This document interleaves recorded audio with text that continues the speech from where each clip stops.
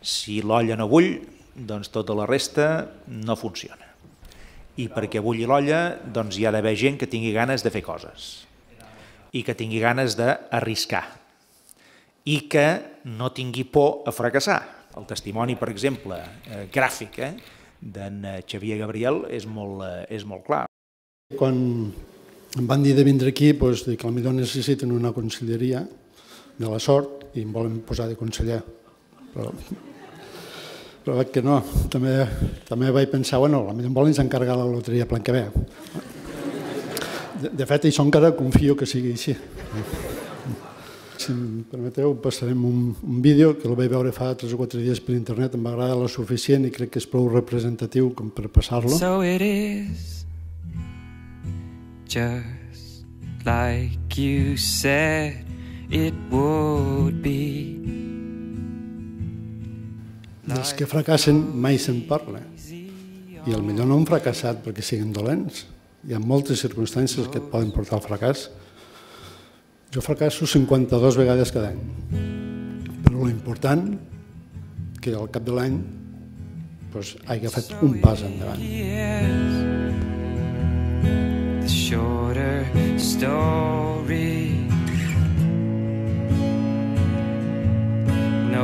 Venent loteria vam treballar molt dur i vam arribar a ser de les primeres administracions d'Espanya i no havíem donat mai cap premi. La nit de fi d'any, per exemple, tots els meus companys de sort, amb pajarita, i cap a l'hotel a fer el fi d'any, i jo amb la dona, amb la Rosa, treballant fins als 4 del matí. Després tot això diuen, és que el paio té molta sort. La sort es treballa. A Eivissa un dia em diuen anem als toros. La meitat de la graderia eren italians, l'altra meitat eren inglesos i disfrutaven allí. Em torno a Barcelona, vaig comprar un munt de capses molt bé de preu, de banderilles, toros de petits així, més grans, i me'n torno a Eivissa amb un company i plantem a dir, parlo amb lo de la plaça, li dic, deixa'm muntar un garito aquí, veus fer una idea. En aquell moment guanyava al banc 27.000 pessetes com a interventor. Allí en guanyava 50.000 en 20 minuts. Em vaig volant cap a Sort i presento la dimissió.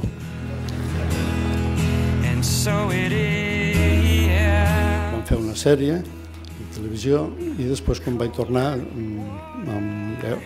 no sé quina guerra hi havia i la televisió espanyola ja va tindre l'excusa per dir mira, el que et vam dir que et compraríem la sèrie al final no la comprem. I jo havia fet una inversió i ha posat fins al coll. I can't take my eyes off of you. I can't take my eyes off of you. Si caus, torna't a aixecar. Si caus 2 vegades, torna't a aixecar. El president ha caigut 2 vegades. I tanta sort, perquè ara sap el que costa arribar a ser president. En conseqüència, ara ho fa més bé. Total, que me'n vaig a Cannes. El resultat va ser que vaig vendre 1 hora a Alemanya, 1 hora al Japó, a tots els països de Sud-amèrica. Ho vaig vendre amb VHS. Vaig recuperar d'aquell moment 60 milions que no sabia ni d'on treure'ls, ni on amagam, ni què fer, ni què deixar de fer. O sigui, no hi ha res impossible. Tot es pot aconseguir. Cal anar a Cannes, tens que bellugar, tens que ser constant, tens que ser perseverant. I can't take my eyes off of you.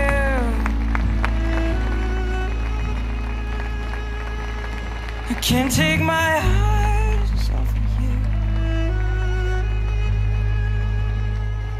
La paraula fracàs l'hem de tindre tots amb negreta, perquè és molt important tindre-la present. I can't take my eyes off of you.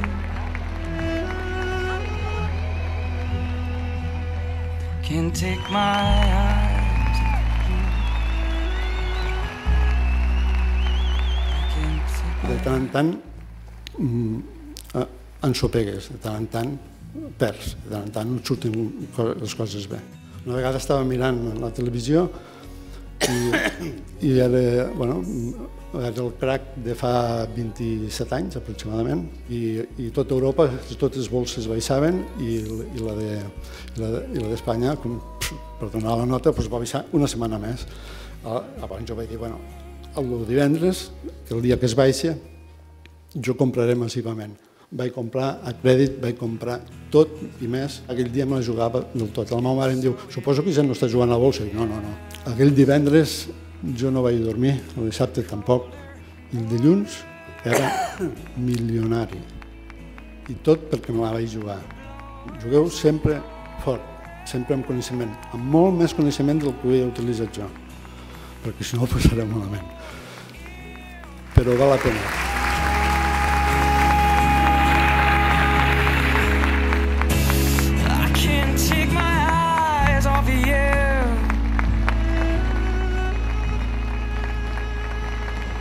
Can't take my eyes off of you.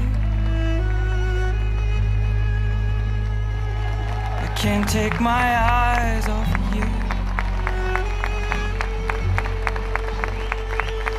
I can't take my eyes off of you. Can't take my eyes.